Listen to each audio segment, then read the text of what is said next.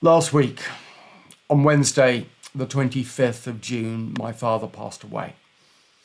At 8:30, in the castle he built with his bare hands. He died peacefully, and the day before, with a total mental acuity. He was arguing with me 2 days before, and my sister and brother the day before, and I was on my way down to do videos with him when he passed away. He was a great man, but he also divided opinion greatly. To many, he was a genius, a visionary, but he was also considered a heretic and a charlatan in equal proportions. He was obstinate. He was opinionated. He had an unyielding commitment to his convictions, but he also had respect for the truth. He listened. He admitted when he was wrong. He didn't worship power or prestige or protocol. He worshipped logic. He pursued it with unstoppable force. But he was no diplomat. He would offend without trying. He would trample on convention. He would charge headfirst into conflicts. Not for glory, but because he believed he was right. And too often he was. That is the power of logic. But this was also dangerous to any establishment, not just the orthodontic movement. John Mew, my father, was far more than an orthodontist. He was a Formula One racing driver, a World War II dispatch rider, an America's Cup sailor, a great British downhill skier. He was a castle builder, an anthropologist, a philosopher, an author, and father of three. His most enduring legacy, however, will probably be in his decades of work on craniofacial development and his refusal to accept that crooked teeth and poor facial growth was inevitable. He exposed uncomfortable truths that others ignored. Now, I don't say he was the first, but he possibly gave the best explanations about the way modern faces weren't growing correctly. And he gave the best relationship to how malocclusion, jaw joint pain, sleep disorders, OSA, airway problems, ENT issues, and more problems associated with this structure were related.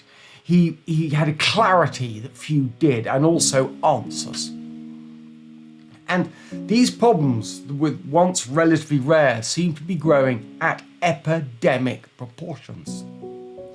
To give a really small overview for those who don't know, only a few generations ago, almost everyone had excess space in their mouths for 32 teeth. And now, most people are lucky to have space for 28.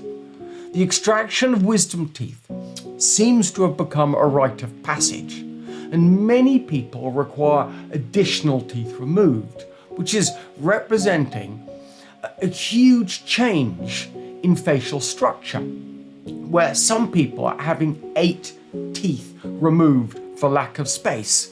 And this is happening all over the world to all the different races and cultures at exactly the same time in the blink of an evolutionary eye. Now, my father came out with his philosophy, and in that, the Tropic Premise was the effective explanation as to what was happening. Now, the Tropic Premise is effectively mewing. He then went on to create the Biobloc orthotropic treatment system. Now, this treatment was idealistic. In its pure form, it demanded possibly too much from the patients, from the parents and the practitioners doing this. It was difficult. It was manually complex and demanding, and of course, it wasn't very profitable. Now, the system lives on with Simon Wong and Dominik Piskorski, who continuing to teach and further my father's work. There'll be some links down below to that. There'll also be a link to the work of Simon Wong, because Simon Wong, possibly more than anyone else, has gained the scientific validation of this system. And please do look down below at the work and research the work he's done. Possibly coming right at the end for my father, but that was nice for him to see. But to him, none of that really mattered. He was idealistic. He refused to compromise. And of course, he was punished for this. He was attacked, he was discredited, and eventually, of course, he was stripped of his orthodontic license. Now, it's really important to explain to people watching this that didn't know him that he was never proven wrong, not on his concepts. He was never at any point given any meaningful scientific engagement, ever. You know, that's the problem. But he inspired a movement. He inspired a movement that now spans the globe. And how many, even people not doing classic Biobloc orthotropics, how many people have been influenced by him in the work they do or the various treatment systems that now exist around the world? Now, if he erred, in my opinion, it was possibly by going a bridge too far, where he was attacked for his solutions to the problem. He was never attacked for the fact that the problem existed. Now, I am the third generation of my family, and I'm committed to this mission. But I diverged from my father by wanting to walk back a little. Within Biobloc Orthotropics is something unique that I must come back to and get the spotlight of modern medical science upon. But now is a time to be more inclusive, to come together by me not claiming to have the answers, but claiming to be asking the right questions. There are so many different groups of non-mainstream orthodontics and associated areas. In the Western world, because I know there's a huge amount in the Eastern world that I am not as familiar with, and I don't want to dishonor anyone by not mentioning them. But in the Western world, we have had a series of different groups. The last one I remember going was the Ifuna group. I remember how it grew, it expanded incredibly, and my father said, well, we've been here before. We've had many groups before that, and the Ifuna group, as he predicted, slowly it has diminished. I don't want to say it's died. Now we have got a new group, the Society for Dentofacial Growth and Function. It's a fantastic group coming together. But I worry how little we agree on.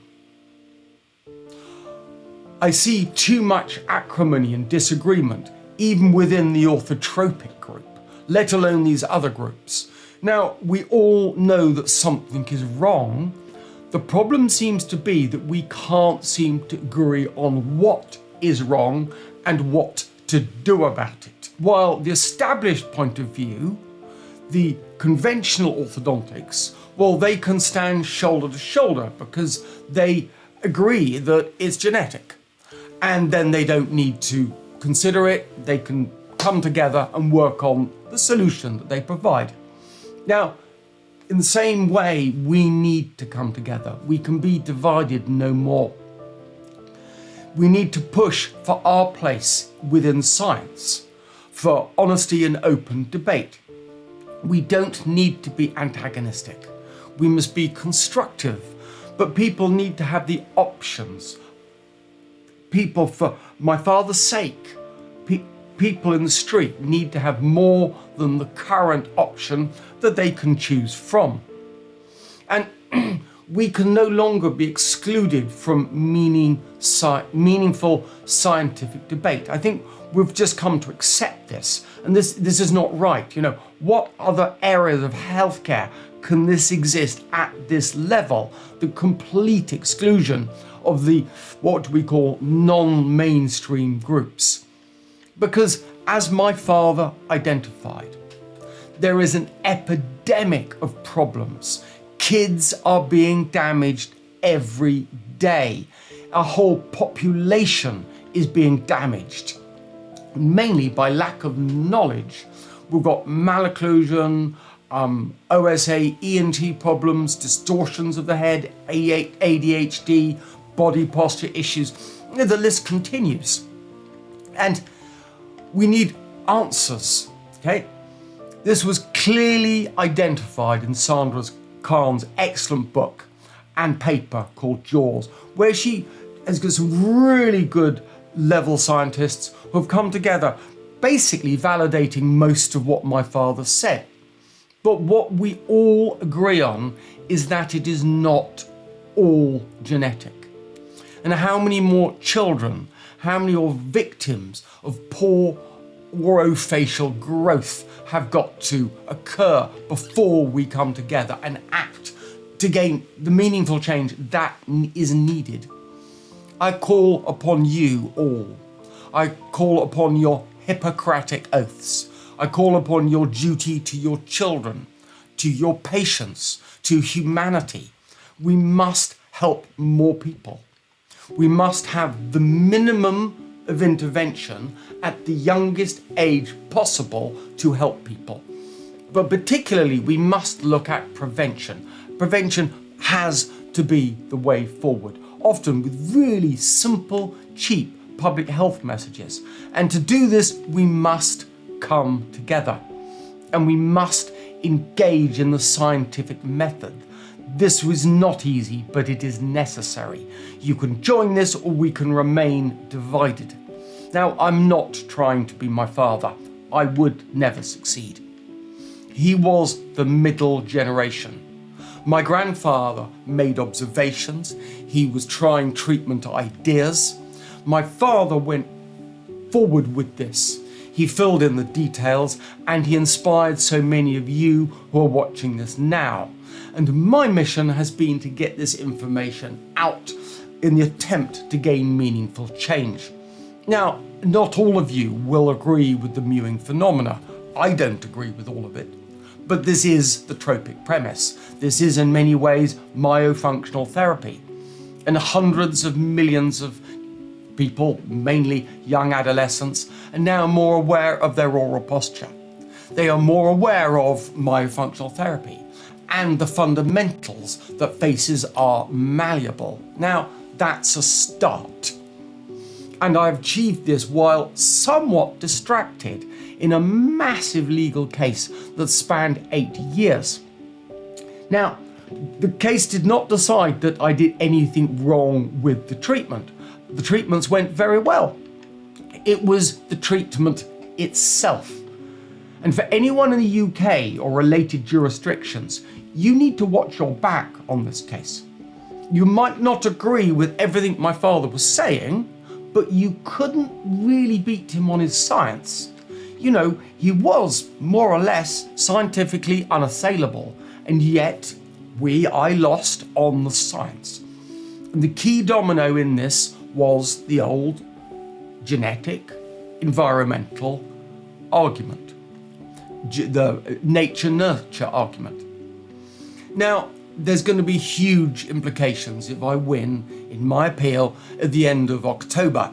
But as they say in English, the law is an ass. For anyone who was influenced or who were helped by him, or who want the changes that he fought for, we have an online condolence book. It's an online form. Please take the time to fill it in. It'll be linked underneath of the condolence book. Please take the time to leave a message. And please indicate in that if you are interested in being part of the solution to honour my father, so that we can come together and gain meaningful scientific engagement. I'm not calling for more research to be done. I'm calling for the research that has already been done to be looked at from a fresh perspective with fresh eyes. My suggestion is that we focus on the cause and work up, because this is effectively the scientific method. But I'm not here to dictate, I'm here to listen. we're going to be having a small private ceremony with close family on the 21st of this month. But then on September the 6th, we're going to have a larger event at the Logan Hall in University College London in central London. This event will be both for Mewing, the Tropic Premise, and to honour my father. So please attend. There will be a link below for the event. Then on September the 7th, which would have been his birthday, would have been his 97th birthday, we will be holding a service in Wadhurst Church, meeting at 12:30 for service at 1 p.m. Wadhurst has a train station, so you can access that from central London. I will put some details again below. After this, there will be a wake at Braysham Castle, the home he constructed with his bare hands, at 2 p.m. for those who knew him personally. Please respect us, we will have limited space. Now, I've put some information regarding these events below, and I put additional information about my father and his history below, and I will then include any links that people send in the description below, in the discussion below, in that description, because there were so many dimensions to my father, there was so much, and I will want to publish many of the comments that people leave on the condolence the condolence web, whatever. And listen,